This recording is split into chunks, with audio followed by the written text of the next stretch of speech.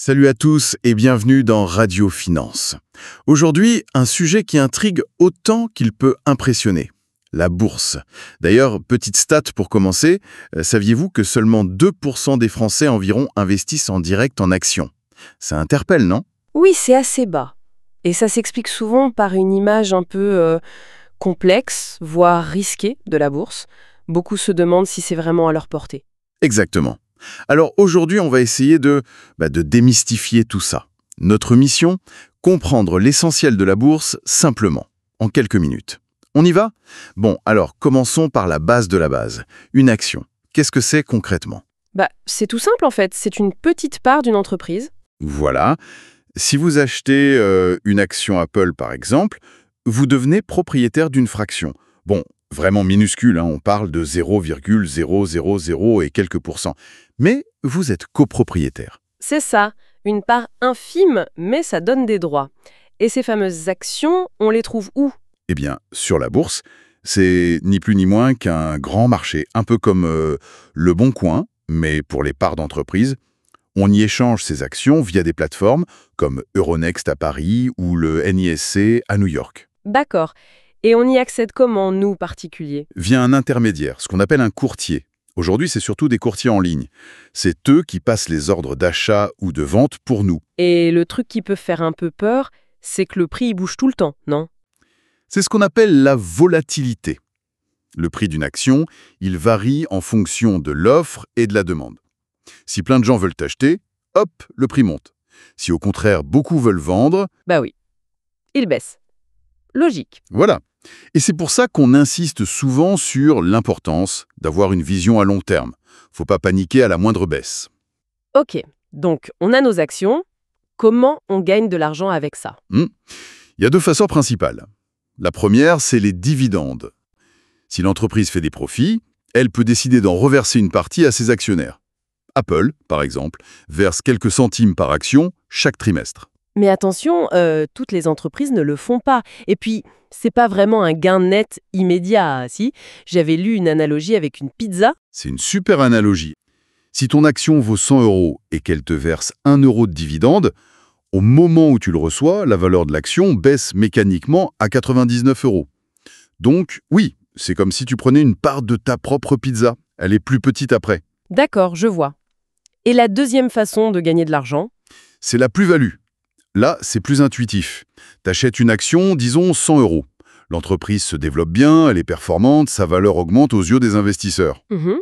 Et ton action vaut plus cher, par exemple 120 €. Voilà. Si tu la revends à ce moment-là, tu réalises une plus-value de 20 €. C'est là que le potentiel de la bourse sur le long terme est intéressant, surtout avec l'effet boule de neige des intérêts composés. Ah, les fameux intérêts composés, quand les gains génèrent eux-mêmes des gains. C'est ça.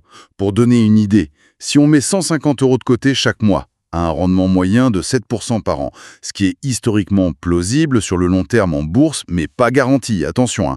Eh bien, sur 30 ans, les quelques 54 000 € versés peuvent devenir plus de 180 000 €. Sans cet effet composé, on aurait juste nos 54 000 € plus les gains simples. C'est assez puissant. Oui, le potentiel est là, clairement. Mais il faut être honnête, il y a des risques. On entend parler de crash, de gens qui perdent beaucoup. Ça fait un peu peur quand même. Et c'est normal d'avoir cette crainte. Il y a principalement deux grands types de risques. D'abord, le risque de marché. C'est quand toute la bourse ou toute l'économie baisse. Comme en 2008, par exemple? Exactement. La crise financière. Le marché américain avait perdu presque 40%.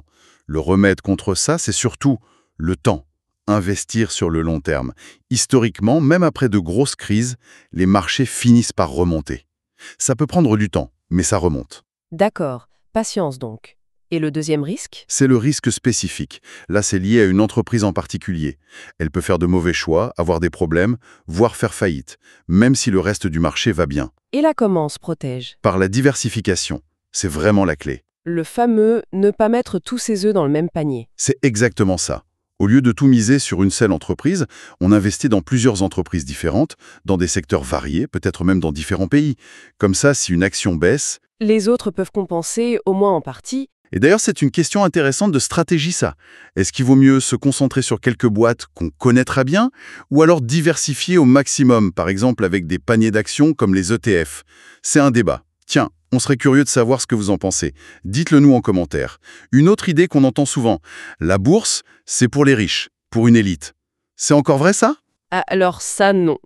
Clairement, c'est une idée reçue qui date un peu. C'était peut-être vrai il y a 30 ou 40 ans, mais aujourd'hui, avec Internet, Ça a tout changé? oui, l'accès s'est complètement démocratisé. On peut ouvrir un compte chez un courtier en ligne en quelques minutes et commencer à investir avec très peu. Parfois même juste 1 € pour acheter une fraction d'action ou une part d'ETF. Donc plus besoin d'être un expert financier ou d'avoir des milliers d'euros pour démarrer. C'est devenu très accessible. Tout à fait.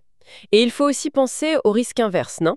Celui de ne pas investir. Exactement. C'est un point crucial. L'argent qui dort sur un compte courant ou même un livret A, il perd de sa valeur à cause de l'inflation.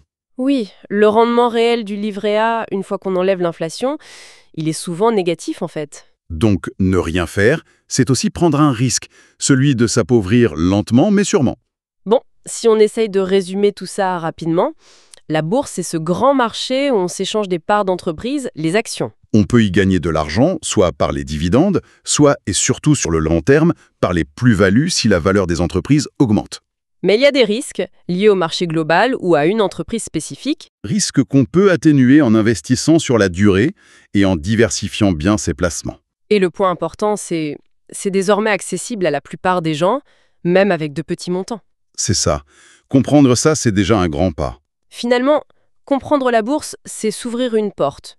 Une possibilité intéressante pour faire travailler son épargne sur le long terme. Ce n'est pas un jeu de hasard, hein. Tout à fait.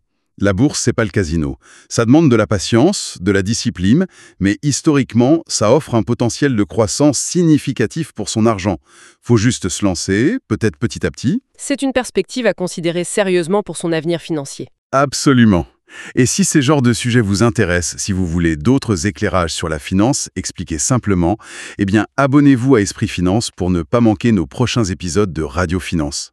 Laissez un petit like ou un commentaire si ça vous a plu, ça nous aide énormément à faire connaître la chaîne. Merci et à très bientôt.